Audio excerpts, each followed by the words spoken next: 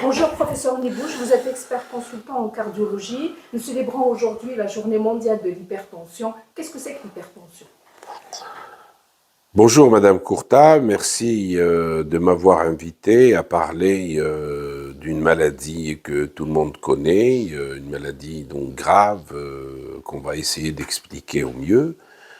Alors l'hypertension, c'est vrai que tout le monde connaît l'hypertension dans le grand public, la tension, tout le monde sait que c'est une maladie sérieuse parce que quand on trouve des chiffres élevés, donc on s'alarme et on vient voir le médecin.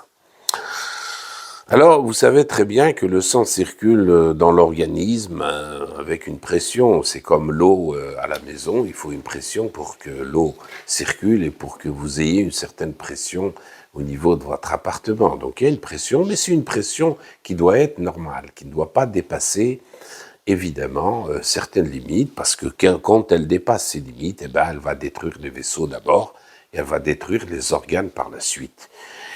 Alors, quelles sont ces limites? Donc, ces limites sont des normes de pression. Pression, c'est en millimètres de mercure. Alors, c'est 140, 90. Moins de 140 pour la tension systolique la plus élevée, et moins de 90 pour la petite tension artérielle, donc c'est 14,9. Moins de 14 et moins de 9, c'est les pressions que doit avoir toute la population.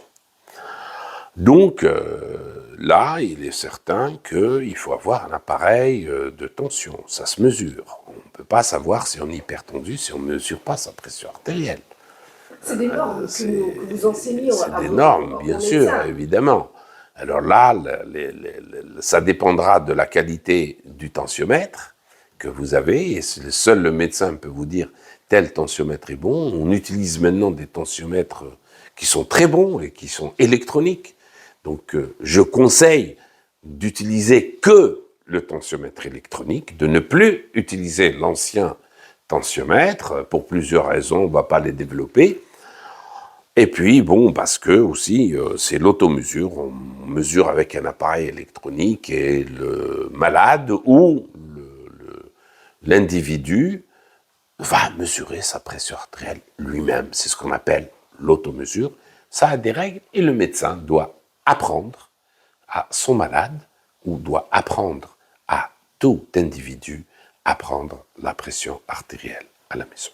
Justement, on encourage l'automesure. Comment peut-on expliquer aux personnes lambda qu'est-ce que c'est que l'hypertension, comment il doit la surveiller, comment elle survient? Alors, comment elle survient d'abord? Elle ne survient pas comme ça. Alors, il y a un certain pourcentage dans une population de sujets hypertendus. Je parle ici aujourd'hui de l'hypertension de l'adulte, à partir de 18 ans. Elle est en grande majorité essentielle, donc à peu près 90%, même un peu plus, où on ne retrouve pas de cause.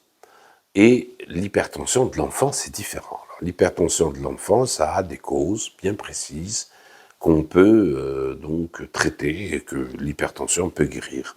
Les causes les plus fréquentes sont des causes donc rénovasculaires ou chirurgicales. Mais chez l'adulte, donc l'hypertension artérielle peut se transmettre à partir donc génétiquement. Lorsqu'on a le papa, la maman hypertendu, on peut devenir hypertendu. Ça, c'est important de pouvoir aussi dépister. On dépiste l'hypertension quand on a des facteurs de risque connus.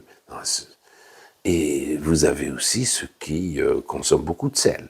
Le sel est un poison pour l'organisme. Vous avez des grands consommateurs qui arrivent jusqu'à 50 grammes par sel. Alors, ce qui est toléré, c'est moins de 10 grammes pour ceux qui ne sont pas hypertendus. Vous voyez, donc, c'est très important ce que je dis. Et pour l'hypertendu, c'est 5 à 6 grammes à ne pas dépasser. C'est la petite cuillère à café. Le sel fait augmenter la pression. Vous avez le stress. Vous avez aussi le diabète. Le diabète en Algérie devient une maladie très inquiétante, puis sa prévalence ne fait qu'augmenter, et on arrive à peu près 14,5% de sujets diabétiques. Vous avez aussi l'obésité qui commence aussi à inquiéter les pouvoirs publics en Algérie, dans le monde.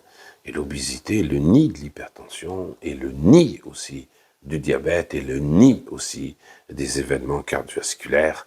C'est donc une maladie à combattre et à combattre donc avec toute la force voulue. Vous avez aussi la sédentarité, la ménopause, le tabagisme, ceux qui fument beaucoup. Fumer aussi fait augmenter les chiffres tensionnels, vous le savez. Vous avez l'âge. Alors l'âge, la tension artérielle va augmenter avec.